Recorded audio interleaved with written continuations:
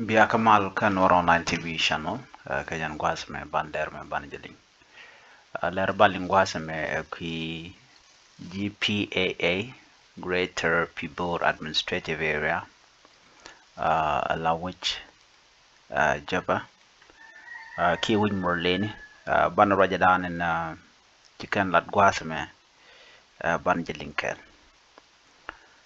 Gorjen wo be ye lar clear information ka kui jaba kan ta dan in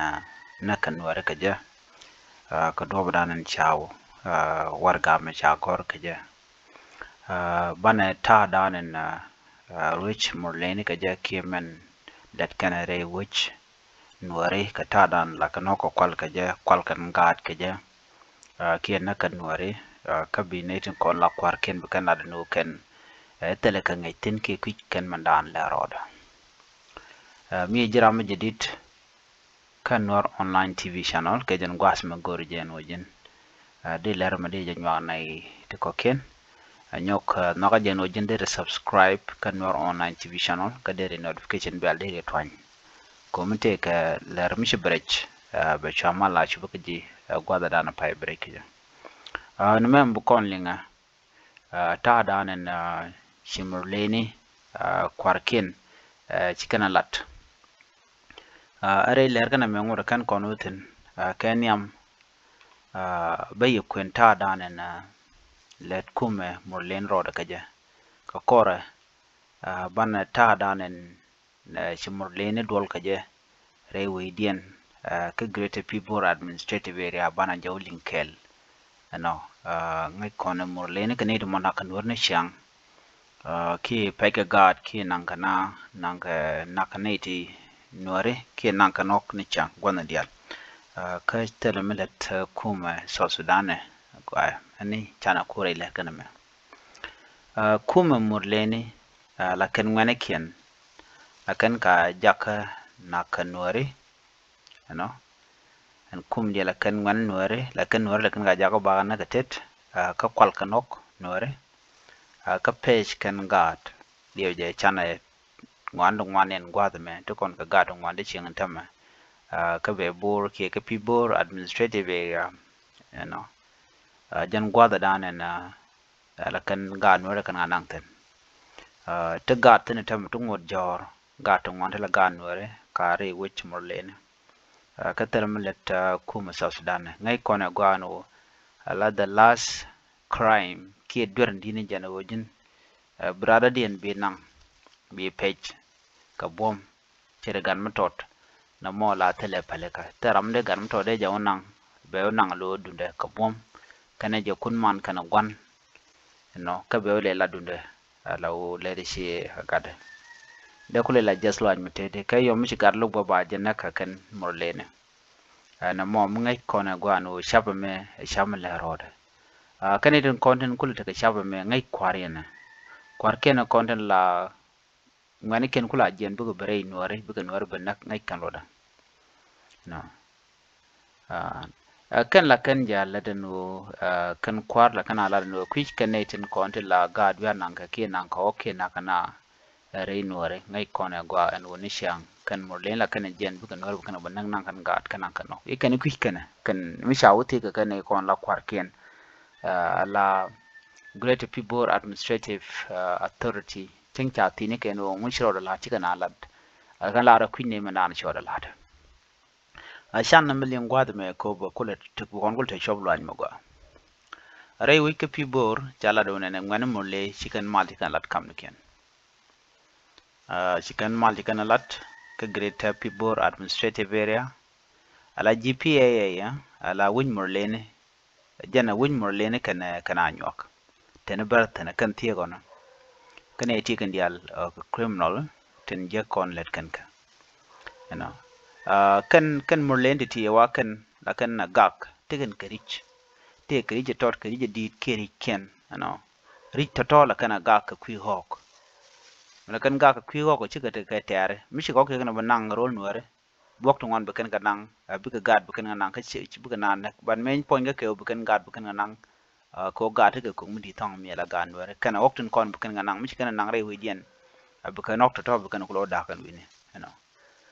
kan na wa ok la kan ka kwal ke la kan ka page rol nuar la kan wi nyen ten ke buko rodien naktan wa ka kor mi tuok wa chu tuok ko kan chu ko rien nak ne chop ko wero ne wero to ka kam ken kri ri je mon ka rwada ri diena mo mi charo ne ko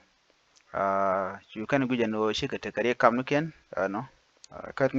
ngai kuma diena chu kuma dien ga chu chol no ya chan mal chan lat kam no kun ko kan kwak li na wian no ngon tugul chi ar donde bena na ka dien ka da ka par ko chang cha ban mang ne yen tama lo te kor mi ben ke te ga jite da ne ben la nuar mi nuar ka yen to tin ka ga gang kam no kun chi kon kor kon de lon ko ngor tin ga gang wa kan gwa mi shikan mal kan le shikan lat lo shikan mat shikan mat ware mal kana mo shingani chop ke kin baro sorry ngani chop ko kudang baro shi ko re mal kana mo ko ba mal mo ba jo la da kan kam din kan ngan no morle men gore bi aka bala point gwa ta me yenga kel ala morle no shala do ken te ngani ken je jian te wo ka great apnal state ke che wo ka jongle te cha na onak chikana no no lar ka je akan we na mo shi tok anyago yo mi chaga le teje no chigan le ngada no te mi to la tok chigan na la kana nang na bukan we ne ko ne ka criminal le chine te kel kaka anta minen yana dola me ku me cholam ka shi ka benten mi nyu da go ano ku me pibor teken ka tet ka ko la den la ngai kana ken ngai ken ngana ko la nanak ter ngan de cheng dor ki de cheng ru ba chigan ne kel ka ku me dien ngai ku me dien ka ne content ko na nak an kan bo kwa use nika mo kon ka reality yot ka ke me yadi ko bikan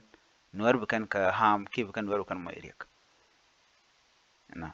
munyo de gwa o enem lat ke murle ke jan gwa me lat ke je ngai kuma diena mala we lat ke wala na kampala wala ke south sudan la juba wala windial ko kenti te ga mala ga kam murle ni kan nuare na mo ke liu tar ngai kan lodan akan lele je medan mala mo bawo shamal ben ka ko nin dangro buga nanak buga garu kan ga pejala la kan goru nuare ko nuare kan lo widena mala duda ka kel misha auto je mal bukan no no shamal ben bane ti ci widen ceteno shirka bar telemal nyoda ni yo nena ala kuma din ngai kan lorgo mana la nuare la kana keja chicken quick they know ngai kan so na me jena go de nywa yekel to kono gato ngon to ga nuare te la kan kanan ka ken tama kan woda shi kuma ga jiko no yen de yen nang nat kan nang ganen ko ken yen pal kanu shi so sudan ci kum ne chadir ko yos ga ne ti kirma yadit so jan the reason why tel mal mo ga be anam ba kullu to ne ko an tribe kel mi nang na naga ne ideal ka cha juk o miladian mo mi jak so be jelo nang kan ga ram cha ga nang ri ro jigir ma nang ga do ka bibet nyu de gwano te self kem yadi te ga teten ko ne ti mina kana na run ka jala kuara ka yana kapchong ado badien jen bala kwanya na kwar nang ka pibor ka yo tera mi jogo chaga jogo no pala nang na ke palo bia na bia ka duch